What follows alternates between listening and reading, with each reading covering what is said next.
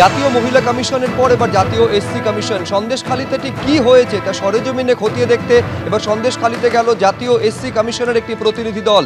এই 10 জনের প্রতিনিধি দলের নেতৃত্বে ছিলেন জাতীয় এসসি কমিশনের চেয়ারম্যান অরুণ হালদার। এছাড়াও 10 জনের দলে 3 জন মহিলা সদস্যও ছিলেন। তারা যান, মহিলাদের সঙ্গে তারা কথা বলেন, নির্যাতিতাদের সঙ্গে কথা বলেন। জাতীয় এসসি কমিশনের চেয়ারম্যান রাজ্য সরকারের বিরুদ্ধে অসহযোগিতার অভিযোগও তুলেছেন তিনি। কলকাতা থেকে এদিন সরাসরি এসসি কমিশনের চেয়ারম্যান তার পুরো প্রতিনিধি দলকে নিয়ে এসেছিলেন সন্দেশখালীতে।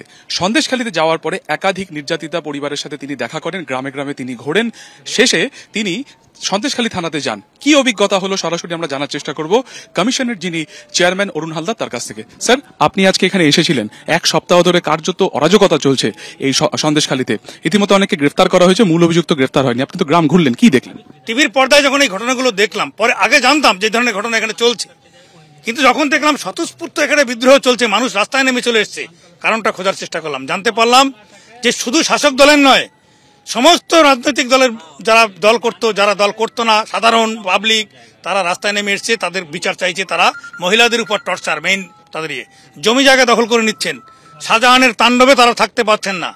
ইডি যেদিন শাহজাহানকে অ্যারেস্ট করতে আসলেন, শাহজাহান শেখ যখন বাইরে চলে গেল, আর তখনই এই প্রবলেমটা এরা বেরিয়ে আসার সাহস পেলেন। আমরা সুমোটো কমিটি দিলে এখানে আসার জন্য চিঠি লিখলাম। এখানে হোম সেক্রেটারিকে চিঠি লেখা হয়েছে, এখানকার ডিএম এসপি সবাইকে জানানো হয়েছে, কিন্তু তারা প্রথম থেকেই বলছে এখানে আসার দরকার নেই, ভয়ঙ্কর পরিস্থিতি, আপনাদের এখানে এখন আইন শৃঙ্খলার অবস্থা ভালো নেই, 144 চলছে, আপনারা আসবেন না। প্রথম থেকেই আমাদেরকে আসতে বিরোধিতা করলেন। প্রতিবার কমিশন আসলে নিয়ম অনুযায়ী কমিশন স্টেট গেজেট ডিক্লেয়ার হয়। পশ্চিমবঙ্গ সরকার তাদের সমস্ত রকম ট্রান্সপোর্টেশন, থাকার ব্যবস্থা, যাবতীয় কিছু পশ্চিমবঙ্গ সরকার করেন, এর আগেও অনেকবার করেছি। এই জায়গাতে আপনি আজকে আসলেন, পুলিশের লঞ্চ আপনাকে সন্দেশখালী পর্যন্ত পৌঁছে দিল, কিন্তু সেখানে কোনো রকম ব্যবস্থাপনা ছিল না। আপনি কার্যত টোটো করে বিভিন্ন গ্রামে গ্রামে ঘুরলেন। এটাই তো অবাক কাণ্ড। যেটা ওনাদেরকে নিয়ে যাওয়ার কথা ছিল, যে এলাকাগুলোতে যতগুলো গ্রামে যেতে চাইলাম, আমরা ওখানে গিয়ে সংবাদ মাধ্যম ছাড়া আমরা কারো কাছে বুঝতেই পারতাম না যে কোথায় যাব। গ্রামগুলো বলে আমরা ভালো করে সেই গ্রামগুলো চিনি না, এনাদেরকে নিয়ে যাওয়ার কথা, পুরো এখান থেকে গায়েব হয়ে গেলেন সব লোক। আমি এই লিখিত অভিযোগগুলো নিয়ে আমাদের কমিশনের যে রুলস আছে, সেখানে আমরা প্রথমে কমপ্লেন রেজিস্টার করব। কমপ্লেন রেজিস্টার করার পরে এখানকে আমাদের ডিজিপিকে পাঠাবো। ডিজিপির কাছ থেকে রিপোর্ট তলব করবো যে এই কমপ্লেনের সত্যতা বিচার করার পরে দিন।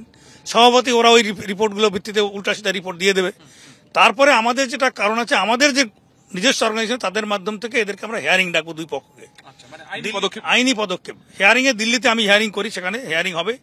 হিয়ারিং এ এদের পুঙ্খানুপুঙ্খ বিচার হবে। হিয়ারিং এ যেটা রায় হবে, সমস্ত অফিসাররা থাকবেন, লিগাল সেলের লোক থাকবেন, তারা বসে একটা ওখানে জাজমেন্ট হবে। সেই জাজমেন্টটা একমাত্র হাইকোর্ট বা সুপ্রিম কোর্টে চ্যালেঞ্জ হতে পারে, না হলে ওই হাইকোর্ট অনুযায়ী যা রায় হবে এদেরকে মানতে হবে। আগামীকাল কি আপনি রাষ্ট্রপতির দ্বারস্থ হচ্ছেন? আমরা আগেই রাষ্ট্রপতির কাছে টাইম চেয়েছিলাম, উনি আমাদেরকে কালকে টাইম দিয়েছেন 11টায়। তার যেটা অভিযোগ যে স্থানীয় পুলিশ প্রশাসনের তরফে কোনো রকম সহযোগিতা তাদেরকে করা হয়নি, কোন গ্রামে নির্যাতিতা রয়েছেন সেই সম্পর্কিত ধারণা তাদের ছিল না। অতি কষ্টে তারা কিন্তু স্থানীয় তথ্য থেকে তারা জানতে পেরে সেই সমস্ত নির্যাতিতা পরিবারের সাথে দেখা করেছেন, এবং আজকে যে লিখিত অভিযোগ তিনি পেয়েছেন তা নিয়ে আইনি পদক্ষেপ করবেন। ক্যামেরা দিব্যেন্দু সিংহের সঙ্গে সুকান্ত মুখোপাধ্যায়, এবিপি আনন্দ।